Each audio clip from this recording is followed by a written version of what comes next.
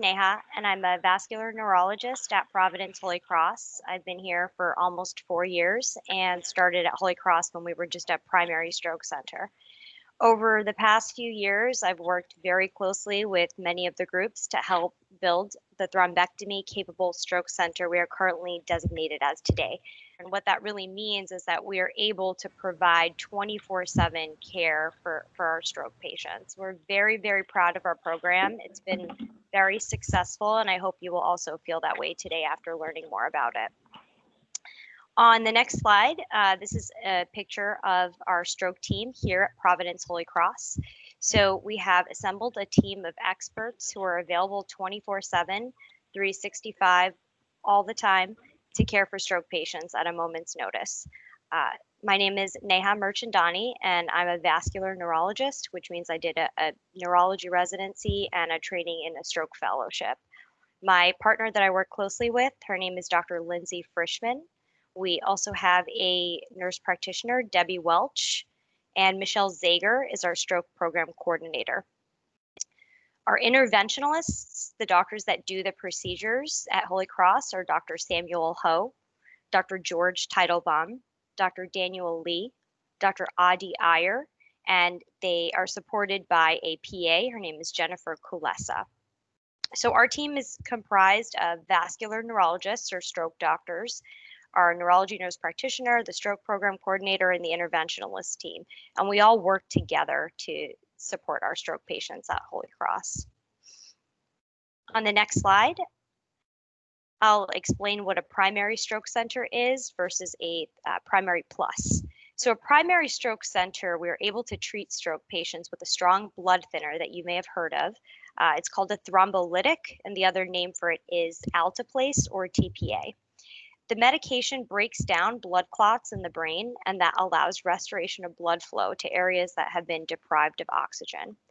In 2019, Providence Holy Cross became a primary plus center, and that means that we have the ability to treat with both the clot busting medication, but yet we also offer this advanced stroke care treatment. It's a procedure that's called thrombectomy, and it involves taking the blood clot out of the brain. So Providence has been now designated as this primary plus center with Los Angeles County EMS since January 2020. We are now able to receive stroke patients by 911 ambulance, helicopter from Antelope Valley, and hospital transfers. And of course, we have our walk-in stroke patients. On the next slide, I'll show you more about our excellence in stroke care. So the American Heart Association, they give an award yearly to hospitals that provide superior care to stroke patients. So we are very proud of this. We achieved a Gold Plus honor roll for 2020. And this is just a little copy of our slides, so you can see that. So we became a primary stroke center in 2010. And like I mentioned, I joined about almost 4 years ago. I actually moved out here from New York to help build the program here. So there are actually 34 primary stroke centers in Los Angeles County and 18 comprehensive. And the comprehensive means that we are able to do that procedure that I'll talk more about, the thrombectomy. There are approximately 10 million people in the county and a little over 2 million in the valley. I will show you on the next slide the location of all the centers, but LA County EMS has done an outstanding job of developing a comprehensive stroke system of care where complex strokes are identified in the field and patients are brought to the right hospital that has the ability to provide these treatments. They do this score called a LAM score, and it looks at facial weakness, arm weakness, and they sort of determine a score and decide where to take patients to. If you have a higher score, a 4 or a 5, you get taken to a comprehensive or thrombectomy capable stroke center, which is what we are today. So the literature really supports complex stroke patients doing far better when they're brought to an advanced stroke center first. And the data is really now proving that concept in LA County. Here is a map of our LAC stroke centers. I know some of you are on the phone, but the blue boxes are comprehensive centers and the red dots are primary stroke centers. Holy Cross is identified by a gold star that we have here. And really look at the community that's circled in that big box, that big circle over there. This is the reason why we are here today. There are more than 2 million people that are living in this service area. You can see all of the comprehensive centers that are south of us. Our community was severely underserved before we were able to do this procedure at our hospital. The communities in this circle now have access to advanced stroke care. Families before had to travel long distances to be with their loved ones that were at hospitals that were too far from their community, and now they can be at the bedside with their loved ones. That really does help in recovery. Obviously, with the current environment, the current situation, that is a little bit more challenging, but we have been able to use telemedicine to really help support that. So I'd like to focus a little bit on the clinical aspects of stroke today and talk to you all about why it's so important that we treat anyone having a stroke emergently, getting our patients in our communities to the appropriate hospital so they can get quality care that they deserve. So what is a stroke? It's when an area of the brain is blocked, with blood flow. The patients can have a clot that causes blockage, or a blood vessel can rupture, and that can cause something called a hemorrhage. So when this part of the brain becomes deprived of oxygen, nutrients, these cells die in this area. Stroke is the 5th leading cause of death in the United States, and it's a leading cause of disability. Every 40 seconds, someone in the United States has a stroke, and every 4 minutes, someone dies from a stroke. With our recent advancements in the neurology world that I will show you on the next slide, we can definitely reduce the risk of disability with rapid and safe treatment options for our patients. Time plays a huge factor in stroke treatment and recovery, and on this slide it shows the slogan, "Time is brain," and many of you have maybe heard of this before, but one can lose up to 1.9 million neurons in a minute. Stroke can be extremely devastating for patients and their loved ones. We emphasize rapid treatment to help restore blood flow to areas of the brain that are at risk of dying. Without rapid treatment, the stroke would continue to progress, and that area of dead tissue is irreversible.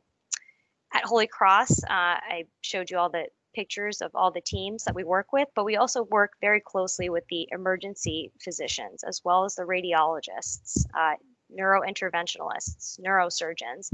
So we have a team of doctors that's available 24/7 for you to make sure that you get the best care.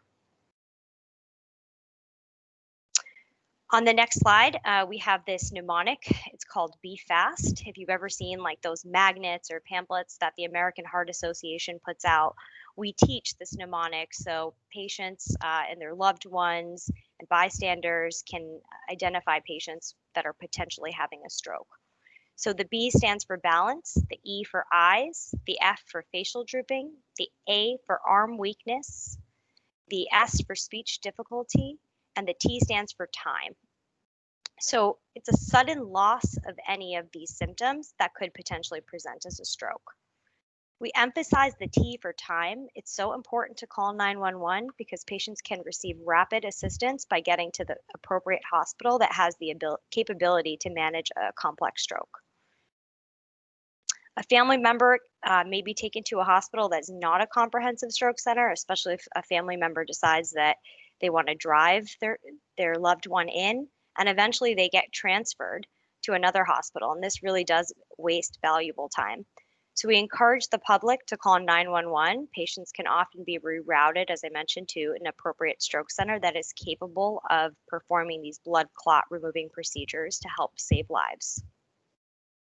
As I mentioned, we are now considered this comprehensive stroke center by Los Angeles County, and we are able to provide 24/7 services, especially for patients that are having large strokes. If there's a big blood clot that's blocking a major blood vessel of the brain.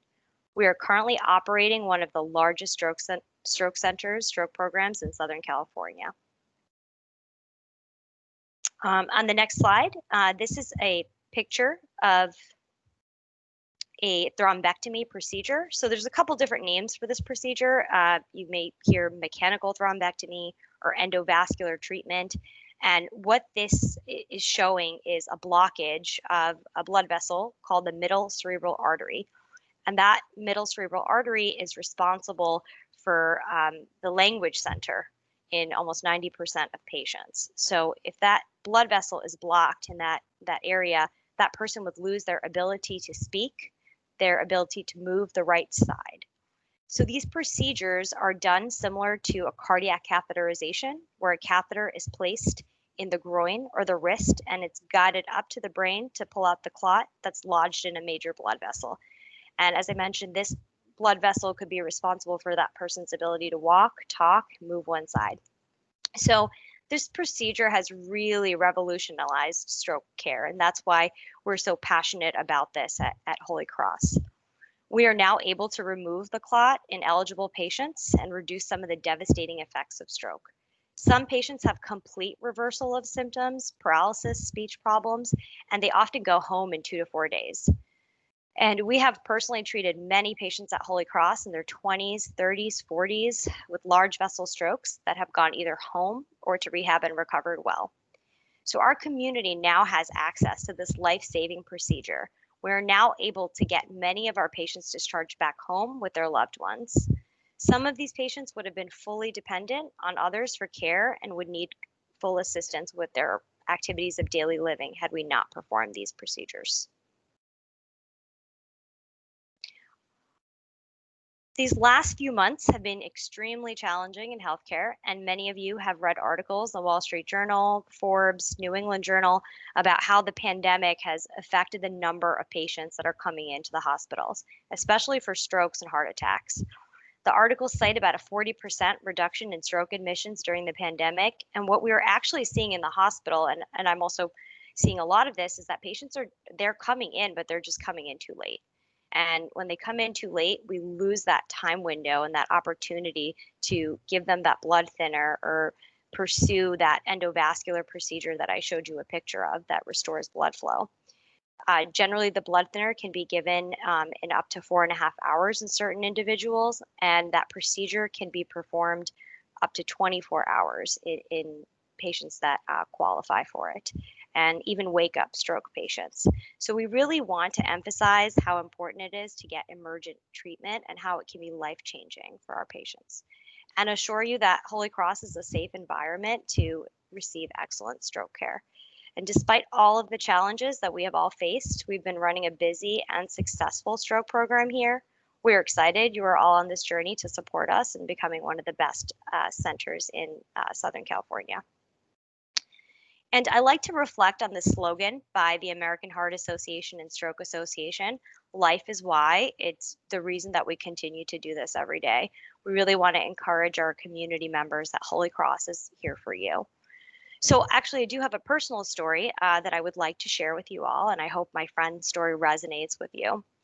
When I was in medical school, I was looking forward to winter break where I could reconnect with my family and friends, and I had made plans with a close childhood friend who was at the time living in North Carolina studying at Duke Medical School.